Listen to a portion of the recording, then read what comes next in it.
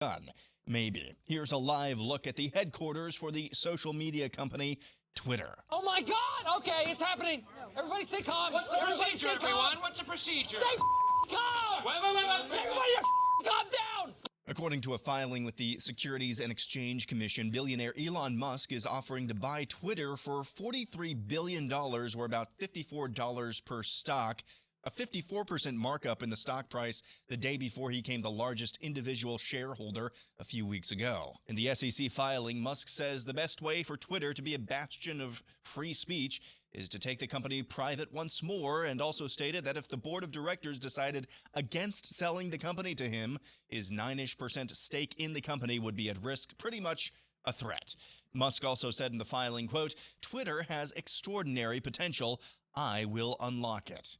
It's now time to see how many of the people running Twitter really are committed to their censorious leftist worldview. This news comes the day after the burgeoning Twitter account Libs of TikTok was suspended from the platform for quote-unquote hateful conduct.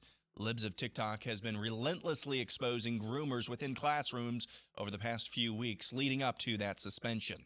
Moving on, in the midst of unprecedented inflation, Treasury Secretary Janet Yellen had this to say. The recent IPCC reports confirm that our window of opportunity to leave our planet worthy of our children and our grandchildren is even closer to being permanently shut.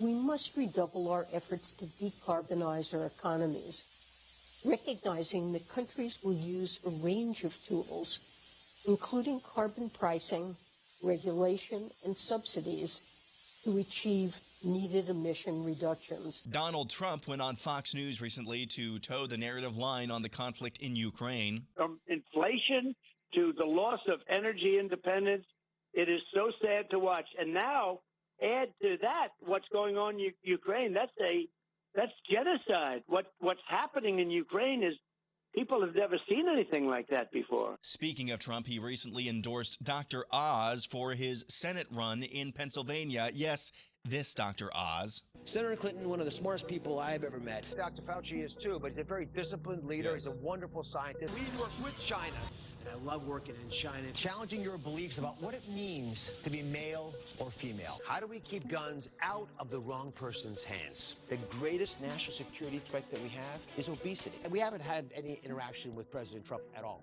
This is a campaign ad from his primary challenger, David McCormick. According to new court filings in the case related to the Oath Keepers and the events at the Capitol on January 6, 2020, no less than 20 federal agents were in and around the Capitol building on that day, so there's that. And now's the part of the montage where we burn some brain cells. Here's Joy Behar and The View on the black nationalist terror attack in New York City.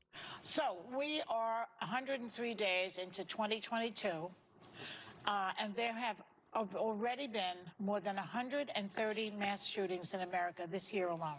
They don't have this problem in countries where there aren't guns all over the place, but those countries do not have a Second Amendment. And I think that's the difference. That's the problem. But like you look at the UK, there's almost no gun violence. You look at New Zealand, you look at Australia. When you take away guns, you take away gun violence. Yeah. Rumor update, here's another random teacher. Okay, I feel like this needs to be addressed because a common comment that I keep getting under my videos about the Don't Say Gay bill is that I could possibly anger a parent or upset a parent.